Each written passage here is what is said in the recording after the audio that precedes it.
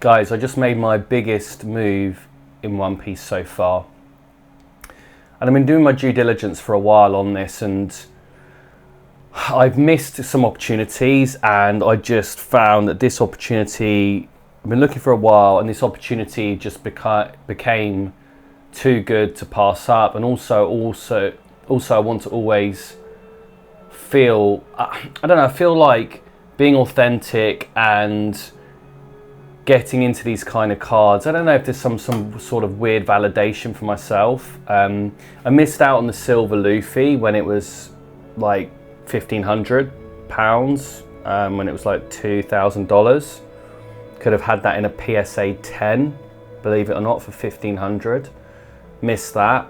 I've been talking for ages about the Gear 2, and I missed the Gear 2 during the dip. I could have bought it in a PSA 10 in Japanese. At one point it was as low as 1,500. Who knows where it is now? It's probably double or more that. And I've just been pondering some of these opportunities for too long, and I wanted to get into a grail. Now, obviously this term gets thrown around a lot, and whether you believe in personal grails or sort of grails in the One Piece or TCG space, that's kind of up to you. But I just wanted to share with you what I bought. I'm pretty pumped about it. I pulled the trigger last week, and I wanted to show you today what I've got and give you the rationale behind it. So like I said, missed the silver Luffy, missed the Gear 2 manga. The Gear 5 was has always been a little bit out of reach.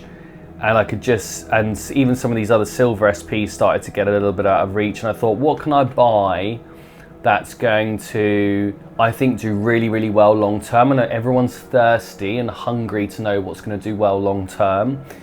And, you know, the silver Luffy's done well, the Gear 2's done well. I think this is going to do equally well, and I think this is probably undervalued. And I think this is undervalued because of OP13 reprints. And I couldn't believe how low it was. And when I saw the buds talking about it last week, I thought, they spoke about it about a month ago, and I was looking at it about a month ago.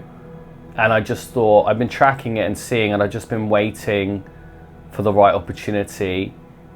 And so I bought the 5 Elders in PSA 10 sequential. And I've got them right here. All 5 of them.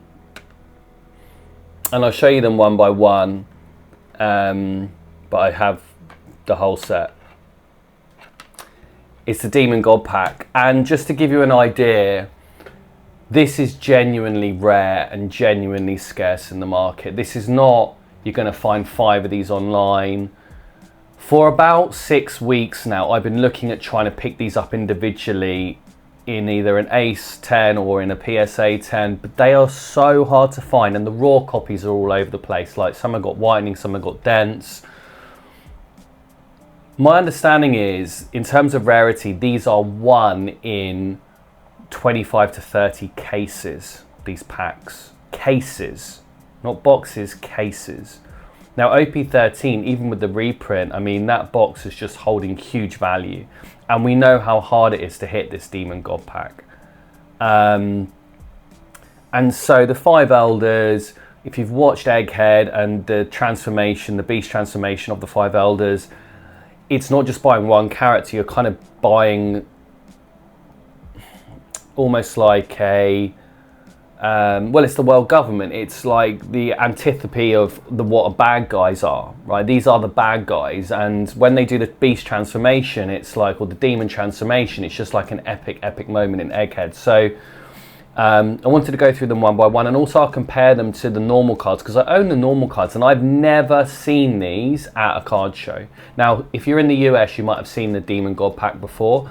I've never seen these in person. I can tell you they are a step up from the normal ones. So I'll do some side by side, but first of all, and I got this in a PSA sequential 10, but first of all, I'll start with Nosturo. It's going to be a little bit hard to catch it in the light, but you can see the red lettering. This has so much texturing. Obviously the slab's very reflective, so it's very hard to catch. But But even what they did with like the glyphs in the top right, like that is from the manga, around the numbering, and the lettering's red, and obviously it just looks demonic.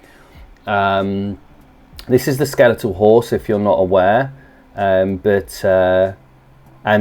some people argue that this is the most powerful elder, although you know, there's lots of debate about that, but I think lots of people think this is the most powerful elder.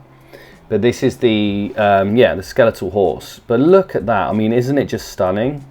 Let's just share it for you for a while. So that is in my set. It's 58. This is 59, which is Saturn.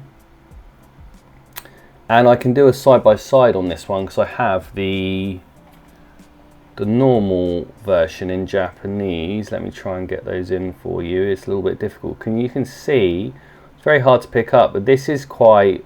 This has some texturing, but it's quite flat. But the red lettering, it just adds so much with the red lettering and the way they've done it,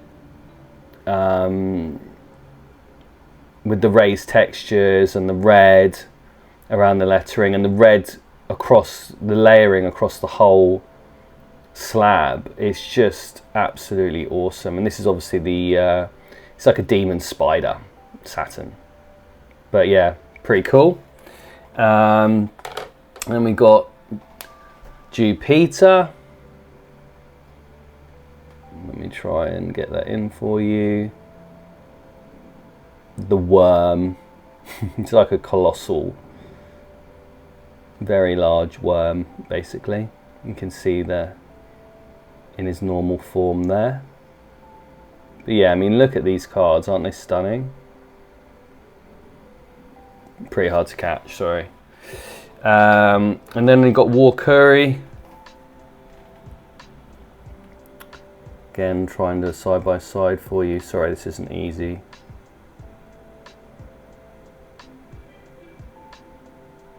But yeah, you can just see it's totally different, the layering, and this in person is so noticeable, it's hard to catch. This is obviously the boar. He's like kind of peak durability, this guy. I think when Luffy hits him, he like hurts himself hitting him. But yeah, it's obviously a pretty epic, and he's got a loud roar. Anyway, really, really cool. And then finally, and I think this is probably my favorite, is Mars. And he is a monstrous bird. But I mean, this card is so stunning, and sorry, there's so much reflection. It's a really sunny day here. But yeah, I mean, look at that. So that's the Demon God pack in a PSA 10. Try and hold them all up if I somehow can. Is it possible? I think you need like huge hands to do this. Anyway, and look, price wise, look, $2.5 grand. It's a lot of money. And I think this will be a trade up for me, so I'll have to sell some stuff to claw a bit of money back and pay myself. But I had a bit of cash, so I thought I would just go for it. And I just didn't want to miss out on some of these grails. And you know, 2.5K, that's, you know, that's 500 a slab for a PSA 10 of a Demon God pack of a demon that is super rare, super scarce, super hard to pull, and it's just absolutely amazing in person. I mean, I can't see that this isn't, you know, I can see this in a year or two being 3 or 4 times more expensive. If this doesn't go to, in a PSA 10, sequential, and I know not everyone cares about sequential. Some people really, some collectors really care about it. I'm like mid, like it doesn't bother me massively. Obviously it's cool to have. But in a PSA 10, the whole Demon God pack, it's just all 5 elders, celestial dragons. Yeah, it was just a kind of, it was in the, I felt like it was in the no-brainer category. Like that might sound crazy, but then I knew this with the silver Luffy and I didn't pull the trigger.